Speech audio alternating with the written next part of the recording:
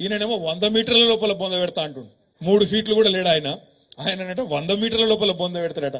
నేను రేవంత్ రెడ్డి గారికి ఒకటే చెప్తున్నా, రేవంత్ రెడ్డి గారు ఈ పిచ్చి మాటలు, ఈ ప్రగల్భాలు నీకంటే ముందు నీ గురువు మాట్లాడిండు, ఇంతకంటే ముందు ఉన్న పెద్ద పెద్ద తీస్మార్కాన్లు మాట్లాడిండు. నీకంటే ముందు కేసీఆర్ ను తొక్కుతాం, బొంద పెడతాం, ఈ గులాబీ జెండా కనబడకుండా చేస్తాం అని చాలా పెద్ద పెద్ద తీస్మార్కాన్లు మాట్లాడినరు. ఆ తీస్మార్కాన్లతోనే కాలేదు, నీలాంటి బుడ్డరకాంతో ఏమవుతుందనే మాట నేను ఈ సందర్భంగా విజ్ఞప్తి చేస్తా ఉన్నా.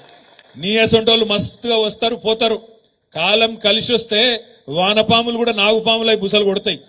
కాలం కలిసి వచ్చింది, తాంతగారుల బుట్ల పడ్డట్టు పడ్డావు. ఇలా ప్రజలకు తెలుసు నువ్వు ప్రజలు ఎన్నుకున్న ముఖ్యమంత్రి కాదు.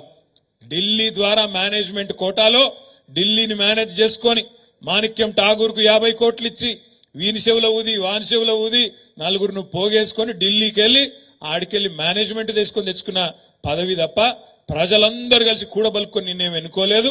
ముమ్మాటికి ఎన్నటికీ నువ్వు కేసీఆర్ గారి కాలు గోరుకు కూడా సరిపోవు రేవంత్ రెడ్డి అనే మాట నేను విజ్ఞప్తి చేస్తా ఉన్నా. ఇది నేనేదో వేరే ఉద్దేశంతో చెప్తలేను, ఒకటే మాట గుర్తుపెట్టుకోండి.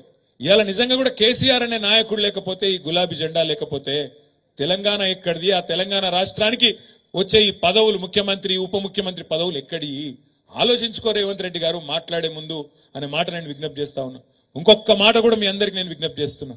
ఈ 420 హామీలు మీ అందరికీ మంచిగా కాపీలని పంపిస్తా.